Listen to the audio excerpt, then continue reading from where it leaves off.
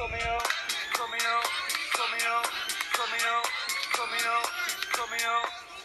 there.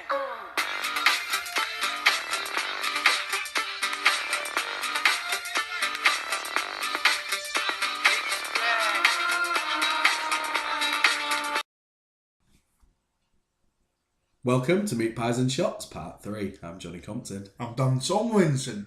Right, and this is Part 3, where we're going to discuss our hot topic of the week. Each of us, something that's got up our nose. Mine's quite significant, to be honest, but got up our nose this week about what's going on in the world of Rugby League. It's been more for hours then.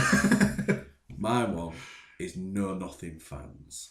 Now, yeah, it's probably us as well. We probably include ourselves. But I tell you what, you in the era of social media and what you get some absolute imbeciles out there, and everybody's entitled to an opinion. LFC reserves played on Saturday. Oh, here we go. And Danny Langtry, we signed Danny Langtry at the start of the year to give you. He's a kid who came through the St Helens system. He was at the time. He was a kid who came through the St Helens system. Ended up with a drugs ban for whatever reason. Came back to the game. Was playing at Oldham. Right? Yeah, playing at Oldham in the Championship and all. Because we're running a reserve team this year, took a punt on 2 or 3 players and pretty much signed them to play in the reserves. And if they bolt, then great. We've got a potential first team player there. Danny Langtry is one of those. And all year people have been banging on, get Danny Langtry in the first team. Why have we signed him if we're not going to play him?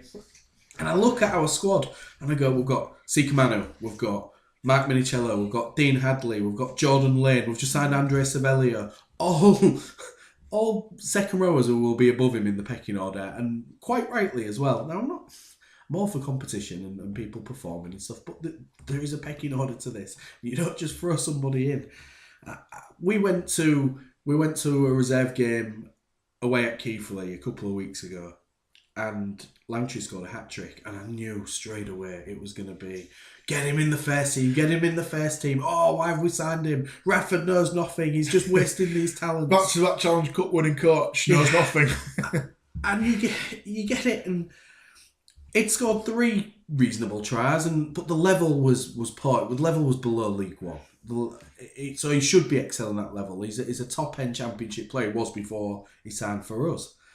And he may well be capable of playing Super League. He may be a very good player, but he needs to bide his time. And we've got players performing in this position already. And again, we get to Saturday, reserve team. We play a young Wakefield team made up of amateur and academy lads. And he scores 2 tries. One of them a very good try. And then it's like, why isn't he in the first team? He deserves his shot. And I bit a little bit on one of these Facebook. Well, it was actually on the Up the Cream. Yeah. It was on the Up the Cream forum. Somebody had put, and I know it winds Dan up, but he can't say anything because there is my loyal followers. His loyal followers. Yeah, I can have a go. I don't really care. I like opinions, mate. I think it's funny. I think it's funny when you start fighting someone. And this guy put to me, and I know him. It's somebody I've known for a lot of years, and he turned around and put, we need to give Langtry a chance. And I know this kid, and I know that he goes to home games, but that's it. And then there's nothing wrong with that. People, you go to what you can afford, and you do what you can do. But he's never been to a reserve team game. He's never been away this season. He's not seen any of the friendlies, so he's never ever seen him play for LFC. And I just said to him, how can you say get him in the first? How can you say get him in the first? I said, when have you seen him? And his answer to me, I've seen him a few times, and on some YouTube clips. And I nearly fell off my chair. On YouTube! Now, I love YouTube. YouTube's a great platform. This is where you come and watch Meat Pies and Shots. Yeah, the number one police show. But it's not where you come and pick your teams from. You know what? Anybody can put a 5-minute YouTube clip, YouTube video up showing your highlights, your best bits. It doesn't show necessarily where you're at. Yeah, we could even make Johnny look good on YouTube. I just find it all a bit disrespectful and I'm using the Langtry analogy, and I like Danny Langtry. He looks like a good player. Looks like he runs good lines. Could potentially be there. But as I said, we've got 5 players already in front of him who I would say are better players. Now, what do I know? But it seems Lee Radford agrees with me as well and thinks exactly the same thing. It absolutely winds me up. I much more enjoy going to away games because of the type of not the type of fan, but it tends to be the people who are a bit more open to it and are there to support the team rather than just expecting us to turn up and roll everybody over. The more realistic fans, tend to go. And I know that's a sweeping generalisation, but it does tend to be true. And you go to home games, and sometimes you listen to these people and they're banging, and you're going, "Oh, what does he bring? What does Seeker Manu bring to the team? Oh, Matt Minicello's rubbish. Scott Taylor, stop dancing, just drive." There was one on Up the Cream Facebook that said, "Right, Sneak can't kick now, so get him out the team." That's it. It's like that. That's all he brings to the team, apparently. It's crazy. And it's not just a Hull FC thing. This happens across the board. The amount of Wigan fans having to go at George Williams recently has been absolutely mental.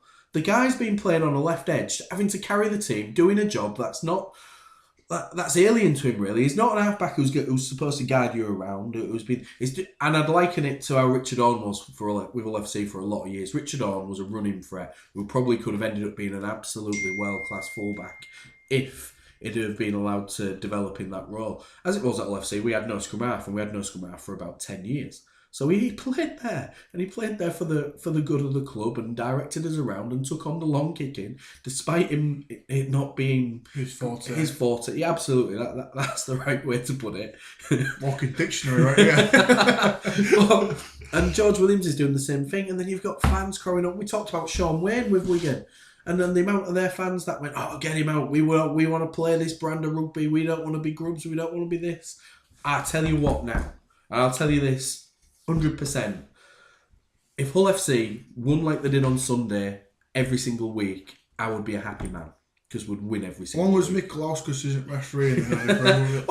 Still, win is a win is a win. That's all I go. As long as we've won at the end of it, I go away happy and I spend my week happy. If we've lost, I don't care how well we've played or what we've done. I don't particularly enjoy it. I wasn't happy on Sunday. I was fuming because that game for me was spoiled by the man in the official. The man in the whistle, with the whistle. Off kilter a little bit though, but you get my point. Our game is blighted at the moment with people coming out with rubbish. What about, alright, just to elaborate on your point, what about fans who don't know rules? Because the one that always makes me laugh is the 20 metre tap thing. If I kick the ball and it goes dead, and Johnny's the winger, he picks it up, runs all the way to the 20 metre line, in the middle of the pitch, not 10 yards to the right, 10 yards to the left, right in the middle, and taps it, he can go as fast as he wants. If I do that same kick, Johnny lets it go dead, picks it up and passes it to his halfback, it's a control V-start. And yet you get people saying, "Oh, why did you let him take a quick tap and now he's had to restart the game slowly?" Because he's passed the ball, you dimwit. There's a lot of people that don't understand the rules of the game anymore. To be fair, I'm probably guilty of that too, because they changed that much. I'm like, hang on, what am I even watching these days? I mean, the obstruction one's a good example. I watch charges that get disallowed these days in Soul Point, and I'm like, you're kidding me. There was one in the Wakefield Warrington game. It was actually a try that should have been allowed. But we know the rules now, don't we? So that's what I mean. Yeah. So you can look at it and you could see in the build. You knew that was going to be But it's bullshit. It's a snowball try. I think it was Bruff, wasn't he? He made a defensive decision to take the lead runner. That's his problem. We had an infamous one at Leeds last year with Josh Griffin, where they said Carl Ablett would have sprinted 25 yards in 3 seconds to stop Griffin. You can't play by a book with these obstruction calls. You've got to have a bit of common sense. It comes down to though a lot of this. I know you're talking about obstruction rule there and rules and things. I get that, but I mean these fans. It comes down to millennials in a social media era expecting everything immediately and instantly and to win every single game by 40 points and hammer everybody. And it's just not physically possible. And unless you're a rampaging Leslie Vanicolo style winger who can also tackle like Gareth Ellis, then but for a 40 metre cutout passes like Andrew Johns, then you're not seem to be the right player for it. It's horses for courses and balance to team. We talked about St Helens in part 1 and how well balanced they are this year with Lachlan Coote. And that is it with rugby league teams. It's like a game of chess. Coaches are trying to put their pieces together to produce something. And there's intricacies and technicalities with it that I class myself as somebody who's reasonably well versed in rugby league, and I understand a lot of the sort of technical side of it. But there's people that know an awful lot more than me. I mean, I'm a level 2. I'm a level 2 coach, right? And then these coaches are well beyond where I'm at, and their understanding is well beyond where I'm at. So I wouldn't dream of questioning someone. I'd offer an opinion, but I'd always do it thinking about, or I try and look at the other side of it and try and look at why they're doing something, but that comes into life full stop. And I think you've either got that viewpoint where, I don't understand it. A lot of people though go to rugby to take the frustration out, don't they? Do you know, it's their let out, and they get out on a weekend. That feeds into the community game, which I don't like. You see that a lot of time with parents, maybe not our age group at nines, but maybe we get a bit higher. 12, 13, well, you see it this year, it happens even at this level. I'll just put my mask on when that happens, or I'll just say take it all out on Johnny. He picks the team, not me. I just nod and agree at him. It's not good sometimes, and we just need to apply common sense to a lot more things and think about things properly and have a bit more respect for people. The thing that made me want to rant about it was this comment that somebody, and I could not get my head around the fact that there was somebody there who's played rugby league for 20 odd years, was saying get a player into the first team, play him, and all he'd ever seen of him, he was basing it on some YouTube clips. It just absolutely blew my mind, and it's just a symptom of where we're at the moment. It's such a negative thing, and I don't think it's going away anytime soon. It just frustrates the life out of me. We did, go back to Danny Langtry, say LFC did throw him in and go there, these would be the first fans to get straight on his case when he didn't score an hat-trick in 10 minutes. Yeah, you're right. It's like, mental. Anyway, that's my rant for the week. No nothing fans. Whoa. Yeah, we are two of those category. My one is the GB/England/Wales, Ireland, Scottish, whatever the hell it is, train-on squad. So, first of all, why have England got a 30-man train-on squad when there's no England fixtures scheduled for this year? Why isn't it a Great Britain train-on squad with a thought of getting this squad together for what comes in the autumn? Then, why is Tom Johnston, great Super League player, in the top 3 wingers when he's fit? But unfortunately, I'm sad to say, he obviously ended his season with an ACL injury at Hull last week while playing for Wakefield. He won't play again in 2019. Why is he in the squad? Luke Gale, another one, yeah.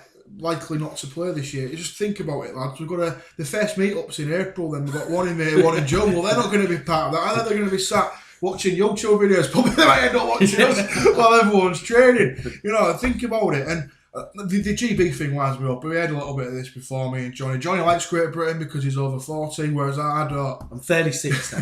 36.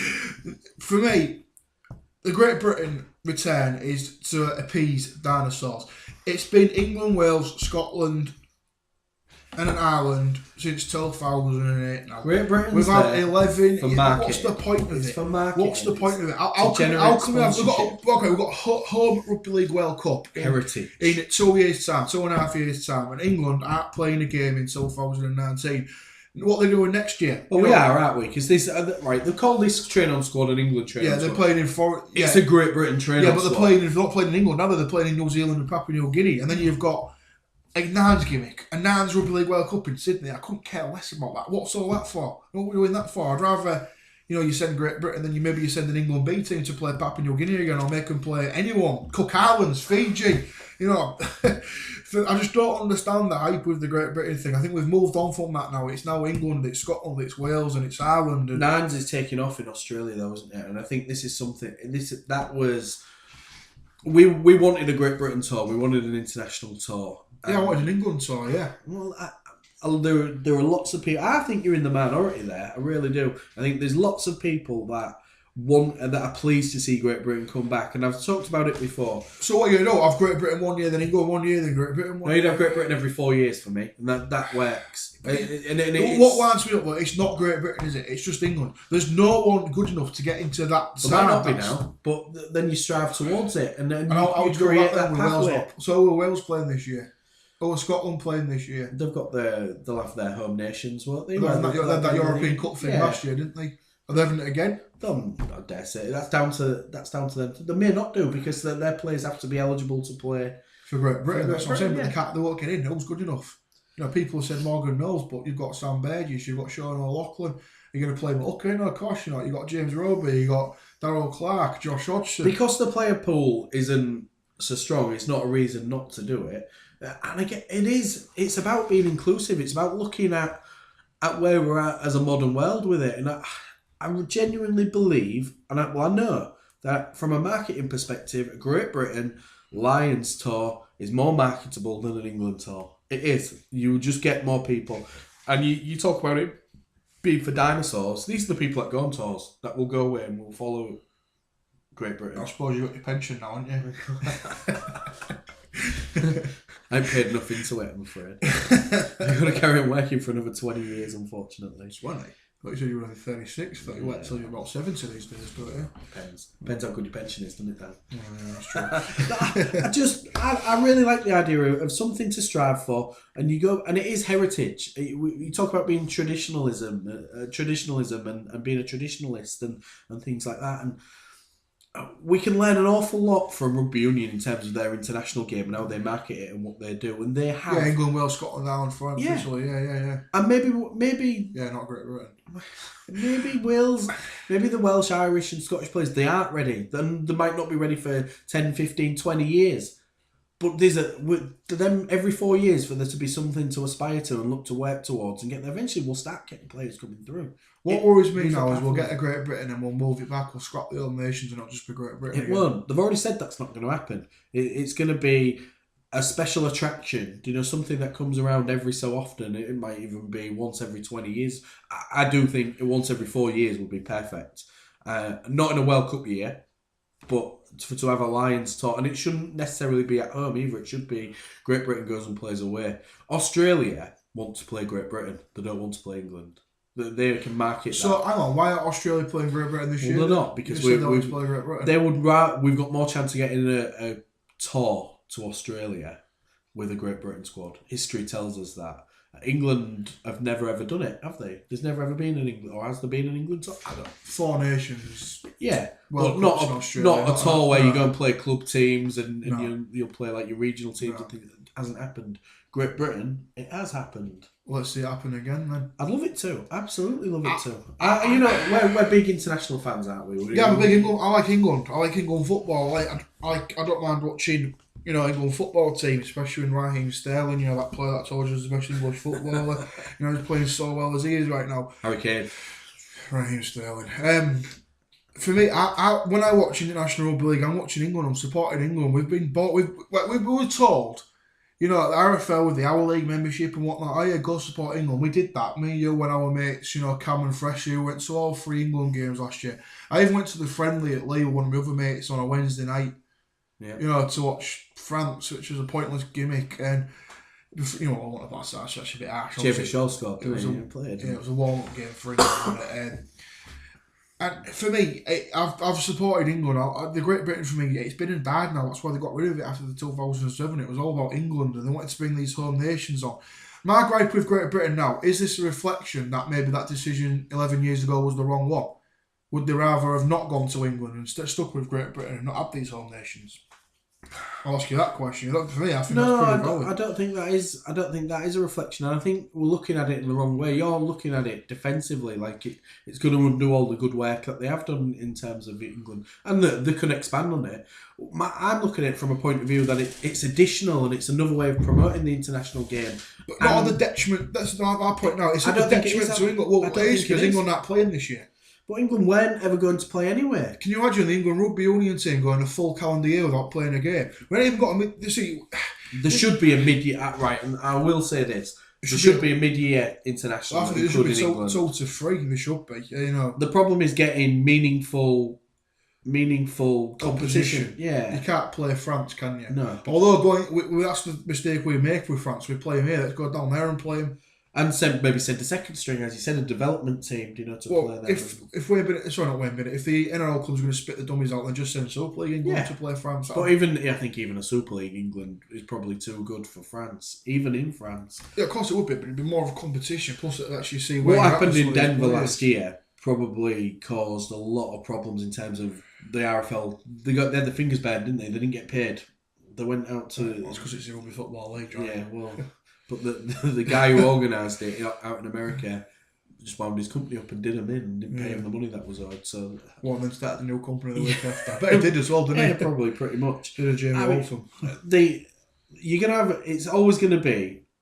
But it's never going to be a black or white scenario. It's always going to be grey. Whether you like Great Britain, whether you want it to be England, you're going to have people like yourself who just think we should be England. That's it. And then there are going to be others that can see the merits of GB. This is. I'd love for you to explain to me how it isn't a detriment to England right now, with the knowledge that England won't play a calendar game in 2019. That for me is a joke. When we've got a home World Cup in 2 years, how can England not play at home 2 years before a World Cup? We've got ambassadors left, right, and centre. We've got one of the wheelchairs set up called James Simpson.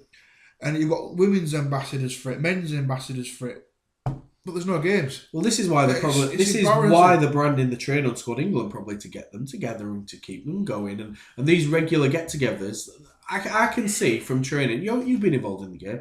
You can often get much more out of a period training together as a group than you would do out of a little hit out again and beating somebody by 60 points. And they're going to have 4 of these get-togethers during the season, and it keeps it together. It keeps them going. Just because the public don't necessarily see, I get it from a marketing standpoint that we should be pushing the England brand and we should be doing this. Why can't we go over to Australia again and play mid-season international? This is where we get it hopelessly wrong. I'd before that. I don't know. I would get, and I do agree with you in some aspects that there should always be a mid-season international game. The logistics of that, and due to the fact that there's only 3 major nations. Well, I guess we've got 4. You could go play Tonga. You could go play Tonga over there on Anzac Day or something like that.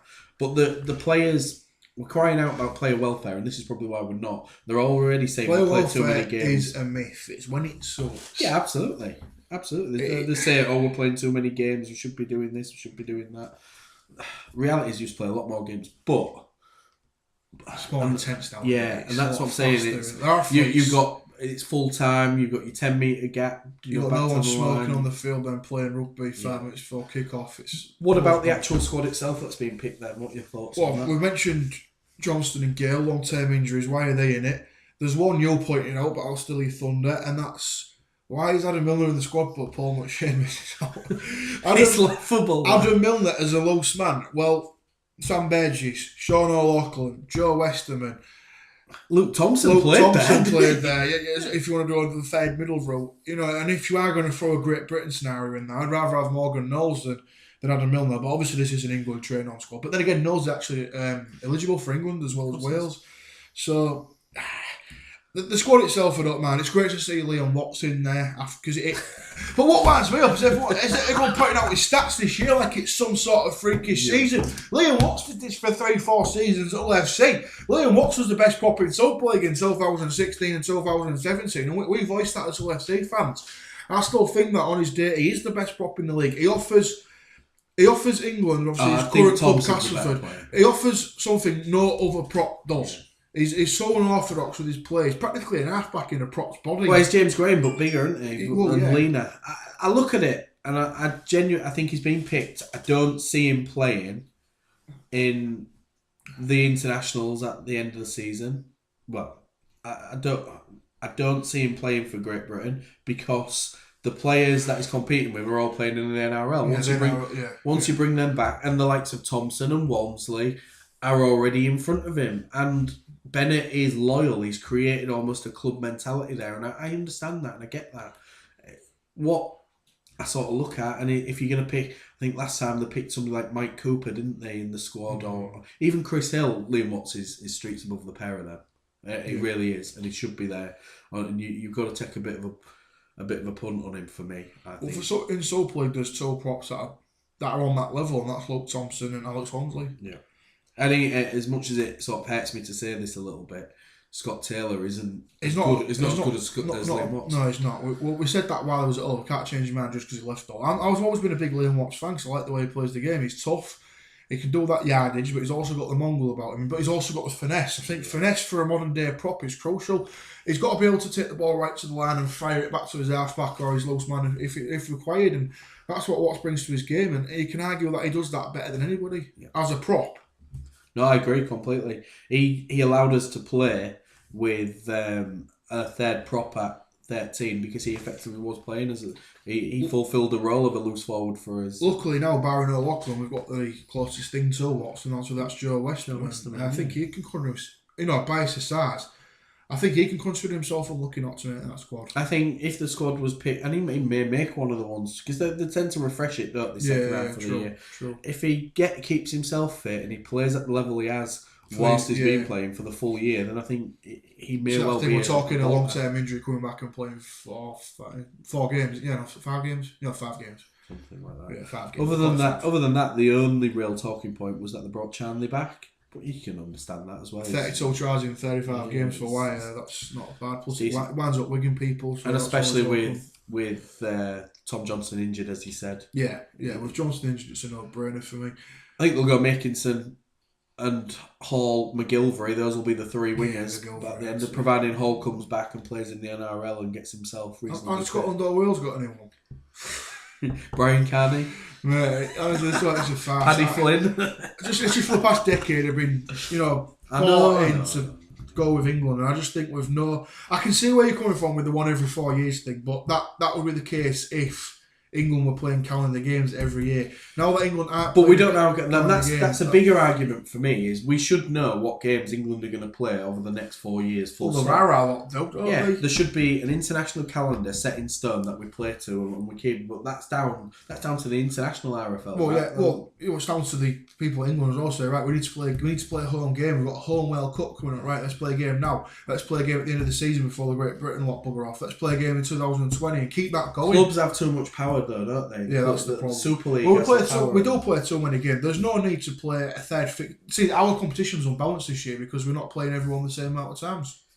We've got 2 trips to Catalans, 2 trips to. I would say Leeds got London 3 times, but that's probably more a beneficiary to London at the moment. They've got Leeds. It's not Leeds who got London. It's London who've got Leeds 3 times. It's probably 6 points for them.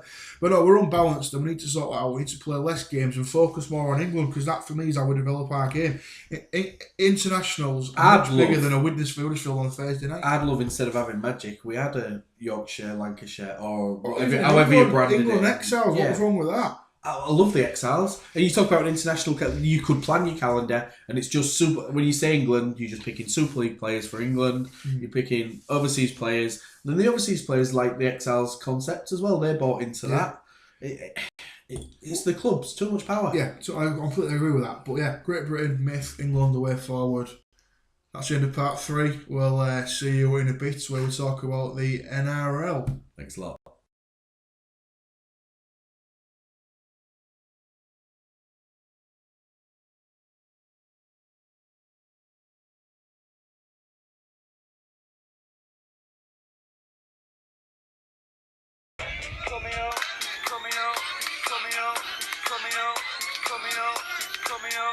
It's there.